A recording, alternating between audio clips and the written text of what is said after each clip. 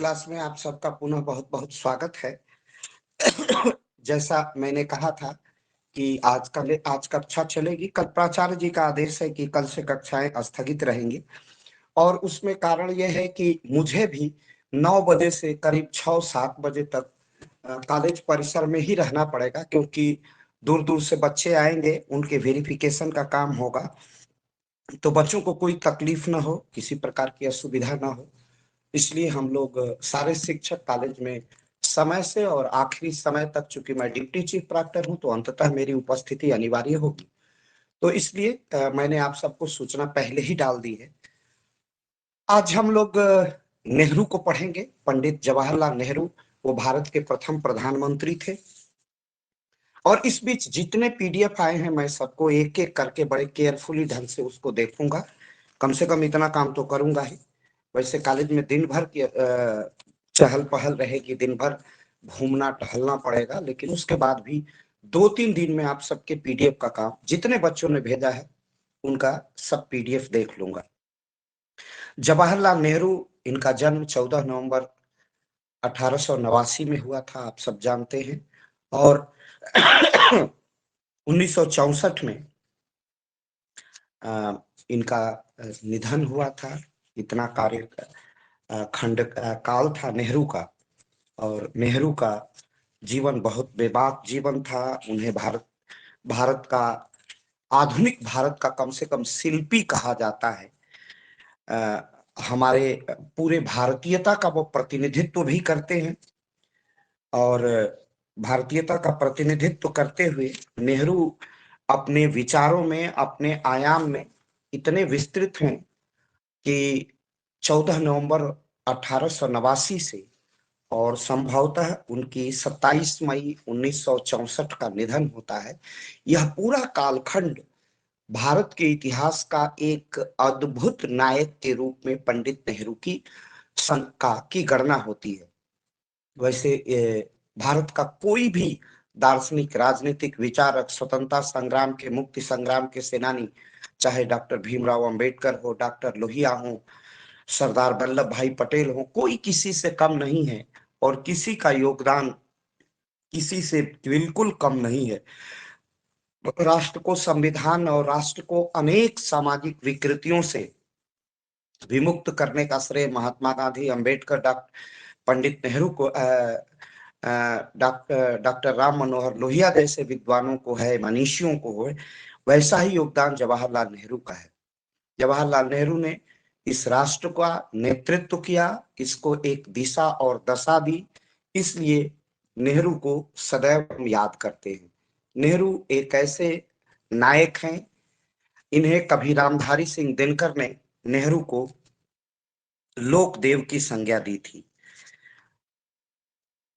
किसी भी दार्शनिक को, विशेष रूप से आधुनिक आधुनिक भारतीय राजनीतिक चिंतन को समझने के लिए हम उस दार्शनिक के कुछ वैचारिक पक्ष, दार्शनिक के जीवन शैशव अवस्था, उसकी तरुणाई की अवस्था और उसके पूरे सामाजिक आर्थिक परिदृश्य में अगर हम दार्शनिक उस राजनीतिक चिंतन को समझने का प्रयास करें तो अत्यधिक उपयुक्त होता है। पंडित नेहरू का जो पूरा फैमिली बैकग्राउंड है, पंडित नेहरू की जिस प्रकार जन्म और शैशव अवस्था और तरुणाई बीती है, उनकी युवा अवस्था वह अत्यंत संपन्नता के साथ है। जिस नगर में हम लोग हैं उसी नगर में उनका जन्म हुआ था। और एक कश्मीर से आकर के प्रयागराज में, इलाहाबाद में बसे हुए एक प्रतिष्ठित कश्मीरी पंडितों के परिवार में इनका जन्म हुआ। बिल्कुल इलिट घराना था और राजनीति का और पूरा प्रशिक्षण इनके घर से होता है। इन पर पाश्चात्य प्रभाव अधिक है, क्योंकि यह पूरा परिवार वकालत करता था। इनके पिताजी वकालत थे, वरिष्ठ वकील थे और अंग्रेजी साम्राज्य लोगों की निकटता भी रही होगी, थी भी। लेकिन बाद में धीरे धीरे स्वतंत्रता के मुक्ति संग्राम में इस परिवार का प्रवेश होता है, गांधी के सानिध्य में आते हैं। 12 बरस की अवस्था में इनके घर से प्रारंभ होती है। गृह शिक्षा से नेहरू के जीवन का आरंभ हो और इनके एक आयरिश शिक्षक थे जिनका उसके ब्रुक्स के प्रभावों का, चूंकि ये बाल अवस्था थी, बाल मन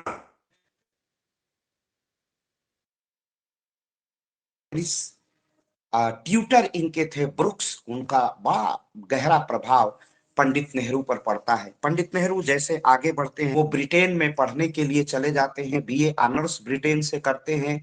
वहीं पर वो बार एट या आजकल के भाषा में एलएलबी या विधि की परीक्षा उत्तीर्ण करते हैं, आते हैं और अपने पिता के व्यवसाय में अर्थात वो एडवोकेट हो जाते हैं, लॉयर का पेशा अपना जीवन था और धीरे धीरे संभ्रांत घर के थे, यूरोप से पढ़े लिखे थे, पूरी सभ्यता, पूरी भाषा, संस्कृति पाश्चात्य। तो धीरे धीरे आते हैं, अपना वकालत शुरू करते हैं, अपने परिवार और परिवेश में समाते हैं। फिर एक 1927 में 1917 में बोल्शेविक क्रांति हो गई थी और पूरी दुनिया में दो ही विचारधाराएं अस्तित्व में थी। एक विचारधारा थी कोलिनियन जो वाद था, जो कोलिनियन गवर्नमेंट धारा पूंजीवाद की थी, और पूंजीवाद के विचारधारा के समानांतर दुनिया के नवयुवकों के आकर्षण के कार्ल मार्क्स था। और कार्ल मार्क्स का प्रभाव दिनों दिन उसका रंग गाढ़ा हो रहा था। भारत चूंकि कराह रहा था, स्वतंत्रता का मुक्ति संग्राम अभी मुक्ति संग्राम अभी निर्णायक की स्थिति में नहीं था, प्रारंभ हुआ था। देश की संप्रभुता अर्थात देश की सॉवरेनिटी नहीं थी, अर्थात देश पर देशवासियों की शासन व्यवस्था नहीं थी। एक सुदूर देश में बैठी हुई सरकार जिसने एक ईस्ट इंडिया कंपनी भारत में 1600 में भेजी थी, वह व्यापार करने आई थी और भारत पर रूल कर माध्यम से, तो हमारे से भारत के भूखंड से उनकी भौगोल ही नहीं मिलती थी। वो दूर आकर के व्यापारी लोग थे जो धीरे धीरे भारत को रूल करने लगे और उसका जो नियंता था वो यूनाइटेड किंगडम में बैठा हुआ था। तो उपनिवेश उसी को कहते हैं। कोलोनियल से स्थल मार्ग से हाँ अपनी जी, सीमाएं सच वही न है। लगी हों और वह देश आकर के आपकी पार्टी के रूप में रूल करने लगता है, आपका प्रशासक बन जाता है। तो दूर देश 7 समुंदर पार बैठा हुआ जिसकी स्थलीय सीमा नहीं, बीच में बहुत बड़ा समुद्र, बीच में ओशियन आते हों, तो ऐसी सरकार को हम कोलोनियल गवर्नमेंट या औपनिवेशिक शासन कहते हैं। और भारत उपनिवेश के अधीन था, भारत पर विदेशी हुकूमत शासन कर रही थी। ऐसी परिस्थिति में भारत की राजश्री लुट चुकी थी, भारत की प्रतंत्रता थी और भारत में अत्याचार, अनाचार, उनके शोषण और दमन के विरुद्ध एक विशिष्ट आंदोलन जो जो अंग्रेजी सरकार थी, ब्रिटिश मन में ब्रिटिश सरकार के शोषण के विरुद्ध भारतवासियों के मन में एक विशिष्ट प्रकार का आक्रोश पनपने लगा। आक्रोश ने और उस आक्रोश ने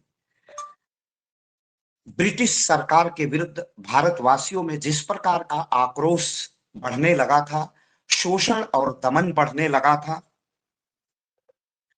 इसके विरुद्ध एक चेतना का जागरण हुआ। जो हमारा जो एक्सप्लॉइटेशन हो रहा था, हमारी जो रिप्रेसनेस विरुद्ध एक आक्रोश, एक रिएक्शन बढ़ रहा था और उस रिएक्शन का परिणाम भारत में स्वतंत्रता का मुक्ति संग्राम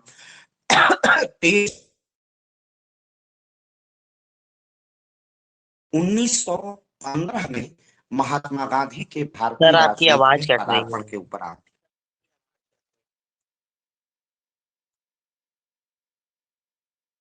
मेरी आवाज सबको का सभी तक पहुंच नहीं पा रही है या कुछ ही लोग तक?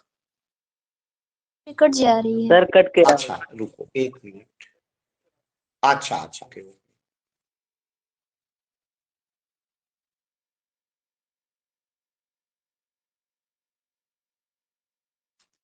अब आवाज ठीक है?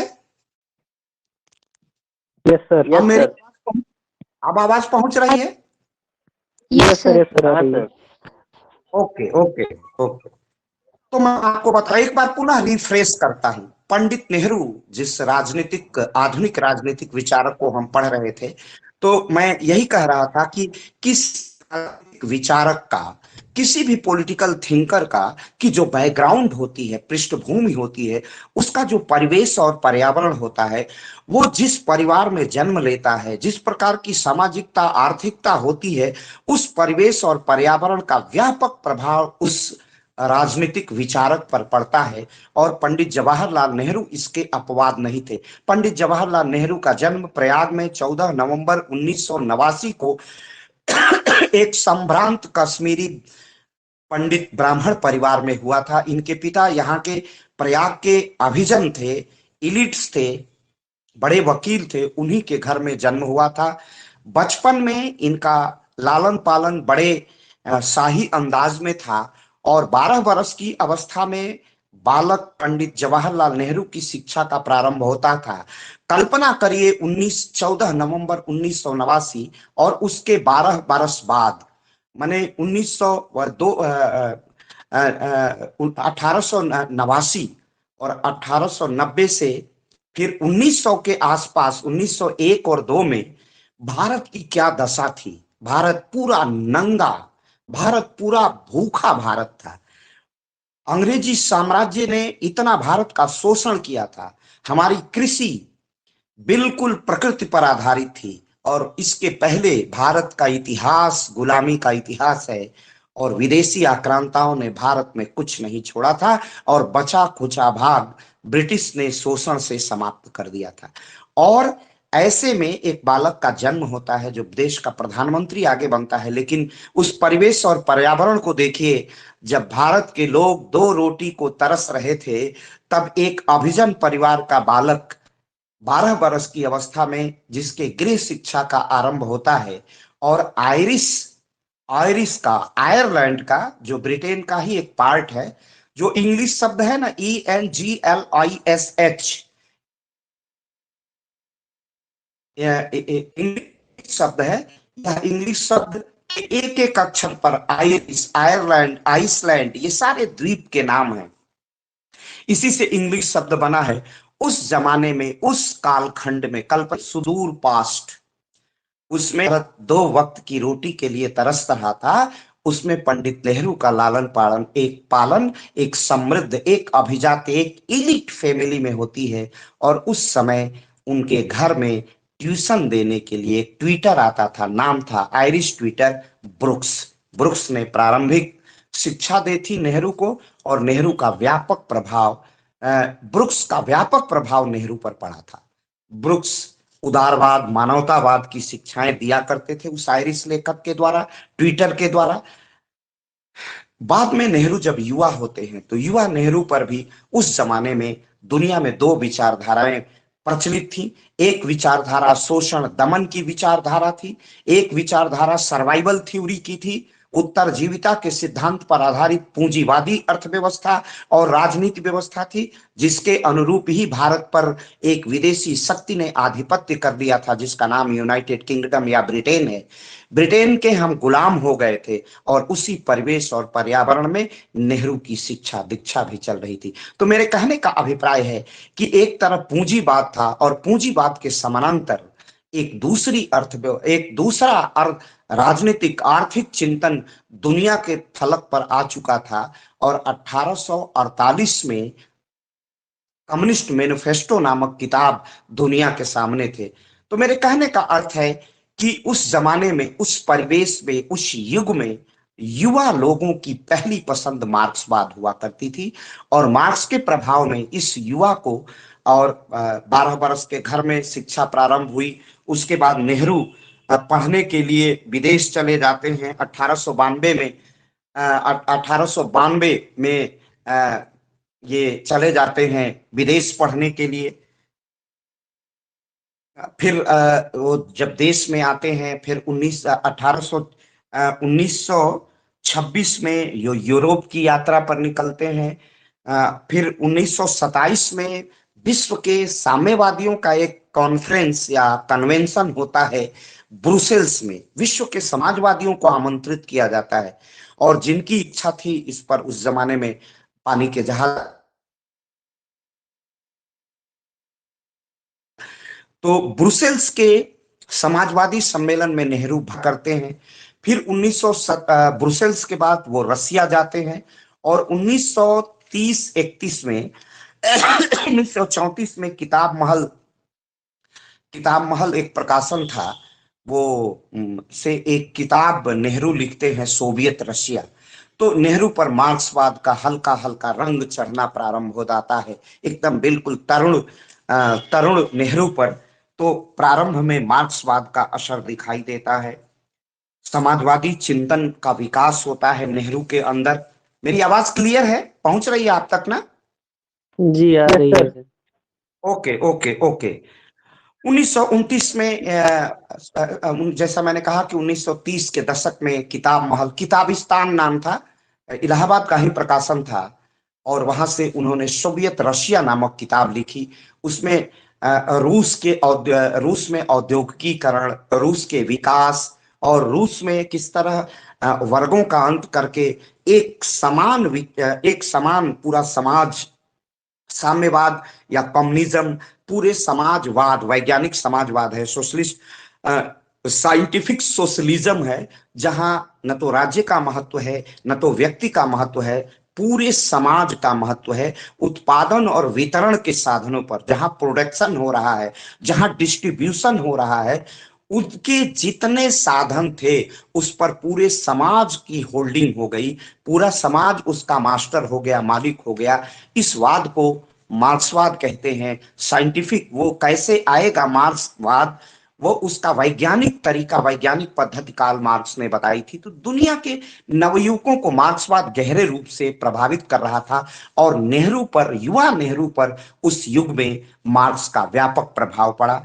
फिर नेहरू 1930 में वो सोवियत 1929-30 में सोवियत रशिया की यात्रा करते हैं, 27 में ब्रुसेल्स सम्मेलन में जाते हैं। 1929 में नेहरू कांग्रेस के अध्यक्ष बनते हैं, और लाहौर जो रावी नदी के किनारे बसा हुआ है, उस रावी नदी के किनारे पूरे कांग्रेस ने पूरी संकल्प के साथ कहा कि अब कांग्रेस का उद्देश्य पूर्ण स्वतंत्रता की प्राप्ति है। 1900, और उसके अध्यक्ष नेहरू ही थे। पूर्ण स्वतंत्रता की उद्घोषणा की गई, तो नेहरू में एक दम आ गया था, नेहरू में एक वैचारिक परिपक्वता। 1889 में पैदा हुआ बालक 1929 में परिपक्व अवस्था में था, तरुण था और सुदृढ़ था। उसने अपना मन बना लिया, और कांग्रेस में नेहरू के पक्ष और युवा लोगों ने मिलकर के ये निर्णय लिया था कि अब भारत में कांग्रेस का एक ही नारा होगा, एक ही संकल्प होगा कि हम भारत को पूर्ण स्वतंत्रता, अब हम कोई डोमिनियन स्टेट नहीं मांगेंगे, हम ब्रिटेन के गुलाम होकर के आंशिक स्वतंत्रता की मांग नहीं करेंगे, अब पूर्ण स्वतंत्रता की मांग करेंगे। और भारत के राजनीतिक चिंतन में एक विचारक के रूप में, और नेहरू जहां चिंतक और विचारक थे, वहीं राजनीति के प्रयोगकर्ता भी थे। तो ये महत्वपूर्ण यह एक टर्निंग पॉइंट था। कांग्रेस ने पूर्ण स्वतंत्रता की मांग की। अब तक केवल सुधारों की बात कांग्रेस किया करती थी, और कांग्रेस के चाल चरित्र और चेहरे में परिवर्तन आया, और अंग्रेज सरकार से प्रतिवेदन करने के स्थान पर, अपनी डिमांड करने के स्थान पर कांग्रेस पार्टी में एक परिवर्तन आया। उसमें नेहरू की निर्णायक भूमिका है, बहुत महत्वपूर्ण भूमिका है। और 31 दिसंबर 1929 को अर्धरात्रि के तुरंत बाद रावी के किनारे, जैसा मैं पहले ही बता रहा था, पंडित नेहरू ने तिरंगा फहराया, और कांग्रेस के सारे कार्यकर्ताओं, कारकुनों के सामने यह उद्घोषणा की कि अब से कांग्रेस का संकल्प है कि हम पूर्ण स्वतंत्रता के अतिरिक्त कुछ भी स्वीकार्य हमें नहीं है। ये बहुत कांग्रेस में एक टर्निंग पॉइंट था। तो इसलिए नेहरू की लोकप्रियता आसमान छूने लगी। इस एक घटना ने नेहरू के ने, नेहरू पर जो समाजवादी रंग था, नेहरू पर जो पाश्चात्यवादी रंग था, नेहरू पर जो अभिजात्य, बहुत बड़े घराने के होने का जो एक तगमा था, वो टूट जाता है और एकाएक नेहरू की लोकप्रियता भारत भर में महत्वपूर्ण हो जाती है, क्योंकि कांग्रेस के अध्यक्ष के रूप में युवा नेहरू ने दृढ़तापूर्वक मांग रखी थी कि भारत को पूर्ण स्वतंत्रता के अतिरिक्त अंग्रेजों से कुछ नहीं चाहिए और पूर्ण स्वतंत्रता अब कांग्रेस का लक्ष्य होता है। कांग्रेस में भी एक नई ऊर्जा आई। 1934 में पुनः बंबई में कांग्रेस का अधिवेशन होता है और इसमें संविधान बनाने के लिए विचार विमर्श कांग्रेस पार्टी कर रही थी। और नेहरू ने संविधान का प्रस्ताव रखा था कि भारत, कांग्रेस यह डिमांड करती है अंग्रेजी सरकार से कि भारत का एक स्वतंत्र संविधान होना चाहिए। इस मांग को नेहरू ने कांग्रेस के अधिवेशन में रखा था और इस मांग को व्यापक समर्थन के साथ कांग्रेस ने स्वीकार कर लिया। और 1935 में भारत सरकार ने दबाव में आकर के, भारत की तत्कालीन ब्रिटिश सरकार ने भारत सरकार अधिनियम दिया था, जिसे कांग्रेस ने अस्वीकार कर दिया। 1942 में भारतीय 42 में राष्ट्रीय आंदोलन, भारत की स्वतंत्रता के मुक्ति संग्राम का आंदोलन और तीव्र हो गया था और आप जानते हैं अहमदाबाद के जेल में नेहरू को उस समय बंद कर दिया गया था। क्विट इंडिया मूवमेंट का नारा आया था उसी समय। ये सारी जो महत्वपूर्ण घटनाएं हैं वो नेहरू को एक विशिष्ट व्यक्तित्व प्रदान करती हैं। वो व्यक्तिगत सत्याग्रही भी बनते हैं, क्विट इंडिया मूवमेंट में भाग लेते हैं, अवध किसान आंदोलन में बड़े घराने में पैदा हुआ नेहरू गांव गांव में छिप रहा था, शूर था। तो अवध किसान आंदोलन में गांवों को भी देखा, किसान मजदूरों को देखा नेहरू ने नजदीक से। फिर जब देश स्वतंत्र होने की स्थिति में आया, देश को एक संविधान की आवश्यकता पड़ी, तो अंतरिम सरकार जब देश की बनने लगी, अब 15 अगस्त, अब आजादी बहुत नजदीक आ रही थी। 15 अगस्त 1947 को देश आजाद होता है और देश के आजाद होने के बाद भी कांग्रेस पार्टी में जो सबसे अधिक लोकप्रियता और जो डिमांड थी वह सरदार वल्लभ भाई पटेल की थी। और सरदार वल्लभ भाई पटेल को देश का प्रधानमंत्री नहीं बनाया जाता है। कांग्रेस की इच्छा पर महात्मा गांधी की इच्छा भारी होती है और पता नहीं क्या था, पंडित नेहरू वो पहली पसंद थे और पंडित नेहरू को देश का प्रधानमंत्री बनाया जाता है और उसमें गांधी की विशिष्ट भूमिका होती है। मध्य रात्रि को ट्रस्ट विथ डेस्टिनी, भारत भाग्य और नियति से मिल रहा था, वो ऐतिहासिक भाषण देते हैं और भारत का संविधान बनना प्रारंभ हो जाता है। भारत का रक्त रंजित विभाजन भी होता है और एक किताब उसी समय उसके बाद लिखी गई है, बहुत महत्वपूर्ण किताब है। किताब क्या है? भाषणों का एक संग्रह है। इसको लिखा, वैसे भारत विभाजन पर तो अनेक किताबें हैं, India wins freedom, India divided, लेकिन एक किताब जो सत्य का सबसे ज्यादा रहस्य उद्घाटन करती है, उस किताब का नाम है भारत विभाजन के अपराधी, guilty man of the India division. किताब के लेखक हैं डॉक्टर राम मनोहर लोहिया और उसको कभी भी आप अवसर मिले कभी भी मिले अवसर तो जरूर पढ़िएगा। भारत का रक्त रंजित विभाजन होता है। पंडित नेहरू इसके प्रधानमंत्री बनते हैं और लगभग 17 वर्ष 47 से 64 तक, 27 मई 64 तक वो भारतीय प्रधानमंत्री के रूप में कार्य करते हैं। और नेहरू पर पहले, जैसा मैंने पहले ही स्पष्ट कर दिया, एक बहुत बड़े घराने में जन्म हुआ, पाश्चात्य शिक्षा पाई और इस देश को पाश्चात्य रास्ते पर ले चलने के अनेक आक्षेप लगाए गए हैं। उन्हें भारतीयता, वेद, उपनिषद, इनसे संस्कृति में आस्था नहीं थी और उन्होंने महत्वपूर्ण जैसे ग्लिम्सेज ऑफ वर्ल्ड हिस्ट्री 1934 में लिखी थी एन ऑटोबायोग्राफी 1936 में लिखी थी। भारत की खोज द डिस्कवरी ऑफ इंडिया 1947 में लिखी। तो एक तरफ वो लेखक हैं, विद्वान हैं, इतिहासकार भी हैं, लेकिन नेहरू का एक अपना विशिष्ट राजनीतिक चिंतन है।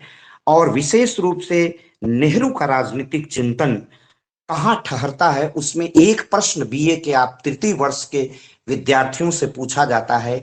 नेहरू का वैसे हम हर प्रश्न पर चर्चा कर देंगे, लेकिन पहला जो इंपॉर्टेंट क्वेश्चन नेहरू पर पूछा जाता है वह है नेहरू का लोकतांत्रिक समाजवाद। तो पहले हम नेहरू को देखते हैं। समाजवाद का जैसे मैंने बताया था कि पहले हम लोग लोकतंत्र पर चर्चा कर लेते थे। पूरा भारत का स्वतंत्रता का मुक्ति संग्राम लोकतांत्रिक तरीके से लड़ा गया। इसके अगुआ थे और इस देश को खड़ा किया। मैं वैचारिक रूप से असहमत होते हुए, मैं व्यक्तिगत जीवन में जैसे मेरी विचारधारा है उसके विपरीत, लेकिन मैं मेरी विचारधारा जो एक शिक्षक के रूप में पढ़ाता हूं, तो मेरे अंदर कोई पूर्वाग्रह नहीं होता है। मैं बिल्कुल निष्पक्ष ढंग से अपनी बात प्रस्तुत करता हूं। अध्यापक का यह कर्म है, यह धर्म है कि अपने विद्यार्थियों के मन में किसी प्रकार के पूर्वाग्रह से विमुक्त ज्ञान का संचार करे, कम्युनिकेट करे, फैसिलिटेट करे। जब देश आजाद, तो पंडित नेहरू पूरे भारत का जो स्वतंत्रता संग्राम लड़ा गया था, जो पूरा भारत का स्वतंत्रता संग्राम लड़ा गया था, वह लोकतांत्रिक तरीके से लड़ा गया था। लोकतंत्र, क्योंकि गांधी ने इस देश को खड़ा किया। गांधी से किसी की सहमति असहमति हो सकती थी। क्रांति का रास्ता बड़ा कठिन है। सभी अशफाक, सरदार भगत सिंह, बटुकेश्वर दत्त, चंद्रशेखर आजाद नहीं हो सकते, ठाकुर रोशन सिंह सभी नहीं हो सकते, पंडित राम प्रसाद बिस्मिल सभी नहीं हो सकते, लेकिन एक आम आदमी भी चरखा चला सकता है, सत्याग्रह कर सकता है, अपनी वाणी को उठा सकता है, अपने सीने को चौड़ा कर सकता है। किस तरीके से? कि मुझ पर अत्याचार अनाचार करो, मैं तुम्हारे हर अत्याचार अनाचार को स्वीकार करता हूं, लेकिन मैं अहिंसा नहीं करूंगा, मैं हिंसा नहीं करूंगा, मैं अहिंसक हूं। और तब जब तक तुम्हारे हृदय का परिवर्तन सुनिश्चित नहीं हो जाता है, मेरा सत्याग्रह जारी रहेगा। और सत्याग्रह के मैंने 11 सूत्र महात्मा गांधी में आपके बताए थे। तो गांधी का जो लोकतंत्र है वह पंडित जवाहरलाल नेहरू की जो लोकतांत्रिक धारणा थी, वो कई कारणों से लोकतंत्र में विशेष आस्था रखने लगे थे। एक तो यूरोप में लोकतंत्र का अभ्युदय हो चुका था, लोकतंत्र का सूर्योदय हो चुका था। क्या कहते हैं, गौरवपूर्ण क्रांति के बाद, गौरवपूर्ण क्रांति, ग्रेट रिवॉल्यूशन, ग्लोरियस रिवॉल्यूशन जो हुआ था, जो रक्तहीन क्रांति थी ब्रिटेन की, यूनाइटेड किंगडम थी, उसका व्यापक प्रभाव, चूंकि वहीं इनका पढ़ना लिखना हुआ था। तो जो गौरवपूर्ण क्रांति था उसका 1917 के बोल्शेविक क्रांति का रशा में हुआ था। उसका असर, और विश्व के जो क्रांतिकारी मार्क्सवाद में जो विश्वास न करने वाले समाजवादी हैं, उनके प्रति नेहरू की आस्था बढ़ रही थी। नेहरू का फेबियन समाजवाद, उदारवाद, मानवतावाद में नेहरू की लगातार आस्था बढ़ती जा रही थी। तो नेहरू को इस प्रशासन की प्रणाली में लोकतंत्र से उत्तम प्रशासनिक प्रणाली दुनिया में नजर नहीं आती थी। चूंकि ये पाश्चात्य देशों से पढ़े लिखे थे, पाश्चात्य दार्शनिकों का प्रभाव भी नेहरू पर अत्यधिक था, इसलिए नेहरू को सबसे जो उपयुक्त, सर्वाधिक जनता के लिए प्रिय और जनता के कल्याण के मार्ग को प्रशस्त करने वाला अगर कोई सबसे सशक्त प्रशासनिक निर्माण या प्रशासन को चलाने का तरीका था, पद्धति थी, पंडित नेहरू ने उस डेमोक्रेटिक वैल्यू को पहचाना, समझा और कहा कि दुनिया अब इसके अतिरिक्त नहीं जा सकती है। इसलिए लोकतंत्र हमारी प्रशासनिक जीवन शैली होगी, way of life of administration होगा, वो डेमोक्रेसी होगी। तो लोकतंत्र में लोगों में पंडित नेहरू की विशेष आस्था थी। वो कहते थे कि विद्वानों में नहीं, जिसे जनता जनार्दन, जिसे सामूहिक विवेक मिल करके निर्धारित कर दे, वही सत्य है, वही उचित है, वही रिलेवेंट है, वही ऑर्गेनाइज्ड है, वही सबसे उपयुक्त है, वही सबसे रिलेवेंट है, प्रासंगिक है, उसी को नेहरू स्वीकार करते हैं। और लोकतंत्र में नेहरू की विशेष आस्था हो जाती है। और लोकतंत्र में नेहरू की इस आस्था का कारण क्या है?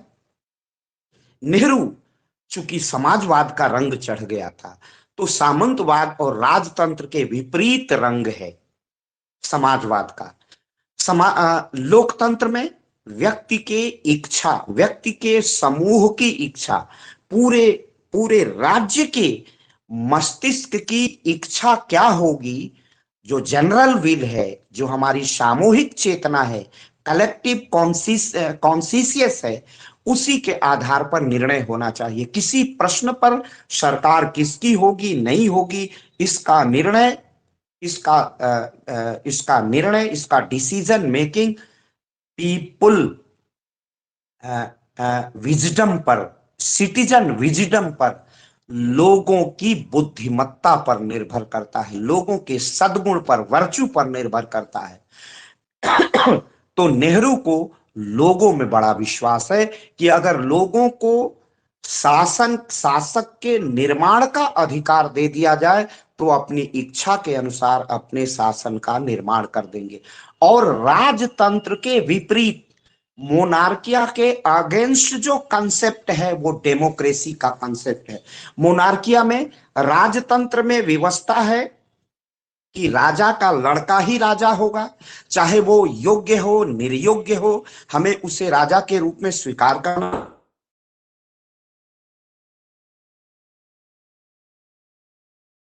है। वहां पर सत्ता का पृथक करना नहीं है, सत्ता का पृथक कर, शक्ति का पृथक करना नहीं है, पावर का नहीं है। वहां पर राजा ही कार्यपालिका, राजा ही विधायक और राजा ही न्यायपालिका। जो राजा है उपयुक्त राजा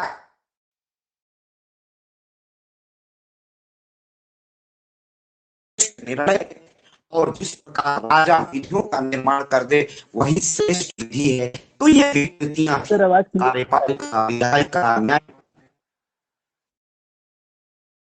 अभी आवाज कट रही है? हेलो, क्लियर नहीं हो रही है सर, बीच बीच में कटती है। अच्छा अच्छा अच्छा अच्छा, हमें लगता है कि कुछ कनेक्टिविटी की भी गड़बड़ी होगी, या हमने टीचमेंट को समय समय पर अपडेट करना चाहिए, नहीं किया होगा, तो हो सकता है आवाज, इस समय आवाज की क्या स्थिति है? आवाज पहुंच रही है? एकदम क्लियर है सर, क्लियर है। अच्छा बेटा, तो सुनते रहिएगा, जहां भी है तो इस पर लिख दीजिएगा। तो लोकतंत्र राजतंत्र के विपरीत अवधारणा है। लोकतंत्र में व्यवस्था है कि जिसको, लोकतंत्र में राजा का पुत्र, रानी का पुत्र ही राजा होगा। नहीं, वो इस तरह नहीं होता है, ये दूसरे ऐप की तरह नहीं है। अगर आवाज कटेगी तो ऑडियो में भी उतनी खराब आवाज आएगी, और वीडियो के साथ है। इसमें टीचमेंट के साथ ये एक अच्छाई है कि हम अगर अपनी वो ऑफ कर दे वीडियो, तब भी आवाज उतनी ही खराब जाएगी, अगर आवाज तकनीकी रूप से खराब हो रही है तो। ये मैंने टीचमेंट वालों से स्वयं पूछा था। तो अगर कुछ क्लियर है तो मैं आगे बोलूं? यस सर, क्लियर है। क्लियर है। अच्छा चलिए, हाँ ठीक है, इस पर आप लोग लिख दीजिएगा अगर कहीं भी गड़बड़ी होगी तो राजतंत्र के विपरीत लोकतंत्र है। राजतंत्र में व्यवस्था है कि निर्योग्य राजा के निर्माण में जनता की, या योग्य राजा के निर्माण में, राजा के निर्माण में जनता की कोई भूमिका नहीं है, और अयोग्य के आदेशों का पालन भी जनता को करना पड़ता है। लोकतंत्र में अच्छाई ये है कि लोकतंत्र में नागरिक इच्छा के अनुसार कार्यपालिका का निर्माण होगा, प्रशासक का निर्माण जनता जैसा चाहती है वैसा होगा। तो इसीलिए नेहरू ने लोकतंत्र को परिपक्व विधि बताया। एक व्यक्ति के निर्णय के स्थान पर अनेक व्यक्तियों के निर्णय से सरकार का निर्माण होता है। यह लोकतंत्र की प्राथमिक अच्छाई है, यह लोकतंत्र की प्रिलिमिनरी गुडनेस है, प्राइमरी गुडनेस है कि लोकतंत्र में एक व्यक्ति का निर्णय नहीं, अनेक व्यक्ति का निर्णय है।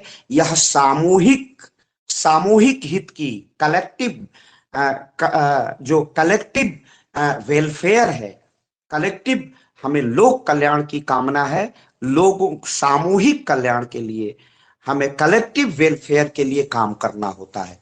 तो लोकतंत्र में सभी व्यक्ति का कल्याण होता है, लोकतंत्र में एक इच्छा का भी सम्मान होता है, लोकतंत्र किसी पर्टिकुलर एक व्यक्ति की इच्छा से संचालित नहीं होता है, अनेक व्यक्ति की इच्छा का से संचालित होता है।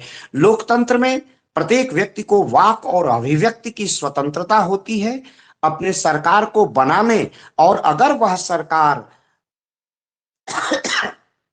जनता की आकांक्षाओं की परिपूर्ति करने में विफल होती है तो उस सरकार को हटा देने का इनहरेंट पावर जनता में होता है। इसलिए अंतर्निहित शक्ति होती है कि वो अपने सरकार को, जनता को अंतर्निहित शक्ति होती है कि अपने सरकार को निर्माण कर सके, और अगर वह सरकार जन आकांक्षाओं, जनता की इच्छाओं का पालन करने में जो पीपुल से प्रॉमिस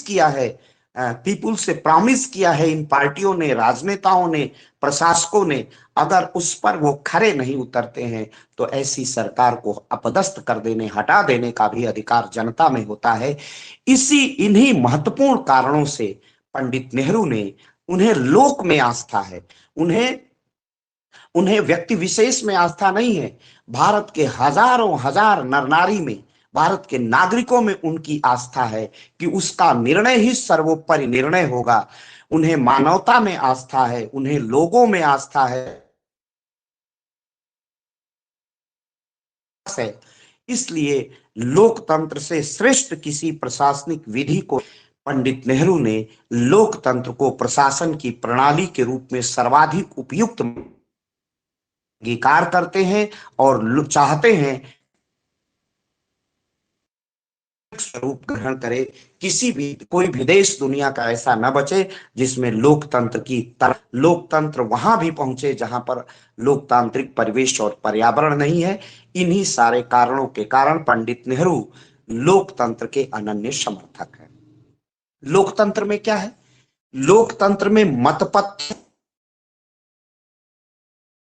होगा, मतपत्रों के माध्यम से प्रशासनिक नीतियों का परिपालन, कोई सरकार प्रशासनिक नीतियों का परिपालन, लोगों की इच्छाओं का परिपालन करने में, उनके सपने और आकांक्षाओं को नहीं हो पा रहे हैं तो जनता उस सरकार को हटा के दूसरी सरकार बिठा सकती है।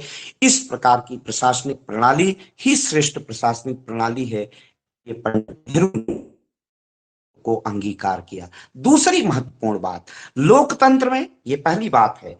दूसरी महत्वपूर्ण बात, पंडित नेहरू लोकतंत्र को क्यों स्वीकार करते हैं कि यहां पर प्रकार की हिंसा किए बिना सरकारों का परिवर्तन हो। कांग्रेस पार्टी सरकार से चली गई, भारतीय जनता पार्टी सरकार में आ गई, इसके लिए किसी प्रकार की ईर्ष्या, कटुता, द्वेष, वैमनस्य, वेपन्स का प्रयोग नहीं हुआ, बल्कि केवल जनता ने निर्णय सुना दिया कि अब आप जाइए, अब हम आपको राजा बनाते हैं, आपको प्रशासक बनाते हैं, आपके नेतृत्व में हम सरकार का गठन करते हैं संवैधानिक तरीके से। तो सत्ता का परिवर्तन बिना कटुता, बिना घृणा, बिना वैमनस्य के होता है।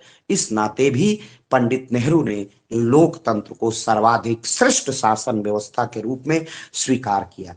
पहली बात हो गई। दूसरी बात यह थी कि इसमें सत्ता के परिवर्तन में किसी प्रकार का संघर्ष नहीं होता है, किसी प्रकार का संघर्ष नहीं है। इसलिए पंडित नेहरू ने लोकतंत्र को शासन दो आधारों पर, पहला, कई आधार हम बोल चुके हैं, उसमें जनता को अधिकार है सत्ता के बनाने और बिगाड़ने का।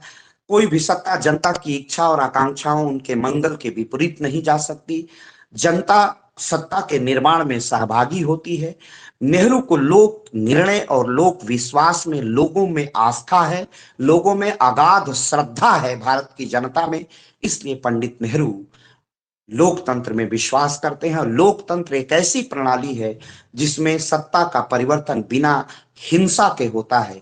इसलिए दुनिया में, आधुनिक विश्व में लोकतंत्र से श्रेष्ठ कोई प्रणाली हो ही नहीं सकती। इसलिए पंडित नेहरू की लोकतंत्र में अनन्य आस्था है। दूसरा, सत्ता का परिवर्तन होता है और बिना हिंसा के। और सबसे महत्वपूर्ण आखिरी बात होती है कि वह प्रशासन किसी प्रकार का कोई भी परिवर्तन करना हो, हमें दलितों के लिए नौकरी देने हो, पिछड़े हुए पद दलितों के लिए, मोस्ट बैकवर्ड को नौकरियों में आरक्षण देना है, उन्हें विशेष सुविधाएं देनी है, छात्रवृत्ति देनी है, तो किसी प्रकार का इसमें किसी प्रकार का कलुष नहीं होता है, किसी प्रकार का विद्वेष ईर्ष्या नहीं होता है। प्रशासन अपना निर्णय, कुछ निर्णयों से कुछ लोग असहमत हो सकते हैं, होते भी हैं, लेकिन अधिकतम लोग जिस निर्णय को वही निर्णय भारत सरकार अपने विवेक से, भारत की कार्यपालिका विवेक से निर्णय लेती है। और यहाँ पर परिवर्तन के लिए हम विधियां बना देते हैं, विधि बनाकर हमें लड़ना नहीं पड़ता है। हम आतंकवाद के विरुद्ध, हम खाद्य पदार्थों में अपमिश्रण के विरुद्ध विधि बना करके, हम बड़े बड़े बड़े उद्योगपतियों को भी के उनकी आय की देते हैं, बड़े उसकी सीमा निर्धारित कर देते हैं कि एक व्यक्ति को इंडिविजुअल, ये सारी चीजें बिना तोप गोली तलवार चलाए हो जाता है। यह केवल लोकतंत्र में ही संभव है। विधि बना करके हम जनता पर अंकुश और जनता के ऐसे शोषक लोगों पर अंकुश कर लेते हैं। तो लोकतंत्र से श्रेष्ठ कोई प्रणाली नहीं है। यहाँ जनता अपने वोटों की अभिव्यक्ति करके, वोटों की इच्छा व्यक्त करके कि हम किस पार्टी को वोट करेंगे, वो पार्टी मेरे लिए ये करेगी, तो इसके माध्यम से हम एक सफल मतपत्रों की क्रांति कर लेते हैं। यह लोकतंत्र में ही संभव है। इसीलिए पंडित पर बिना हिंसा किए परिवर्तन हो सकता है और बिना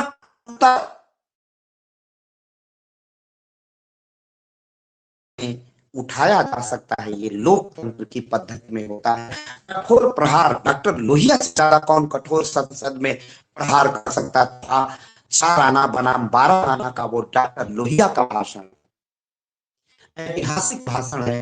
पूरे भारत सरकार की पोल पट्टी खोल देने वाला, एकदम आक्रामक आक्रामक प्रश्नों की झड़ी और आरोप और तर्कों के साथ, डाटा के साथ प्रस्तुति सदन में, लेकिन कहीं कटुता का जन्म नहीं हुआ। लोकतंत्र में कठोर से कठोर बातें भी मधुरता के साथ प्रस्तुत की जा सकती हैं, की जाता भी हो रहा है, लेकिन कुछ जरूर विकृतियां आई हैं। तो इसीलिए कि लोकतंत्र के, लोकसभा में अगर कोई सांसद अगर आक्रोश में है तो वह जनाक्रोश है, जनता की इच्छा है, वो उठाता है, लेकिन मर्यादा के साथ उठाना चाहिए। भैया जैसा कोई क्रांतिकारी नहीं होगा, वो बात अपनी बड़ी गंभीरता से, शालीनता से, धैर्य से प्रस्तुत करते थे। तो इसीलिए कि यहाँ बिना कटुता, बिना हिंसा के अपनी रखी जा सकती है, परिवर्तन किया जा सकता है, सुधार किया जा सकता है, विधियां बना करके परिवर्तन के मार्ग को प्रशस्त किया जा सकता है।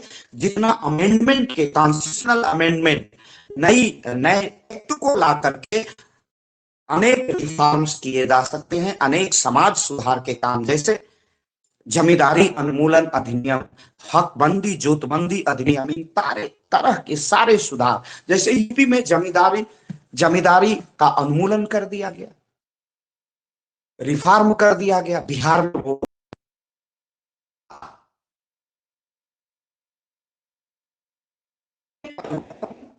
आसानी से होता है।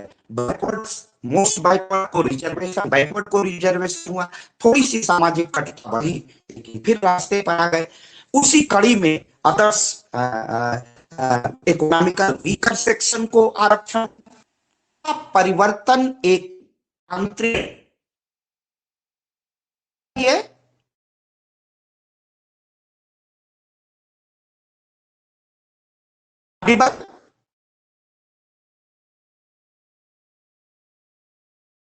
ब्रेक हो रही है वॉइस।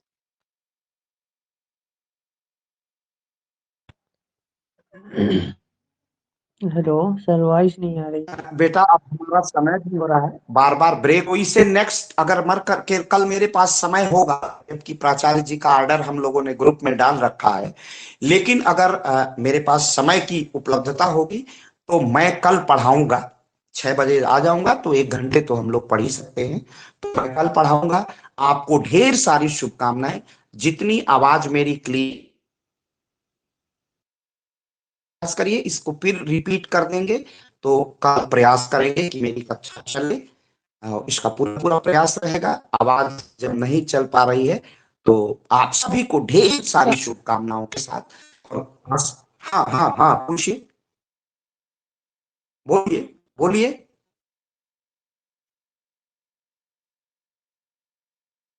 कोई मेरा स्टूडेंट बोलना चाह रहा है, बोल सकते हैं, बोलिए। हेलो, किसी को कुछ पूछना है बेटा, पूछिए। किसी बेटे ने कुछ पूछने का, किसी बच्चे ने कुछ पूछना चाहा है। हेलो, अगर मेरी तो आप पूछ सकते हो बेटा। चलिए, तो आज की क्लास हम लोग समाप्त करते हैं। गुड इवनिंग, ढेर सारी शुभकामनाओं के साथ।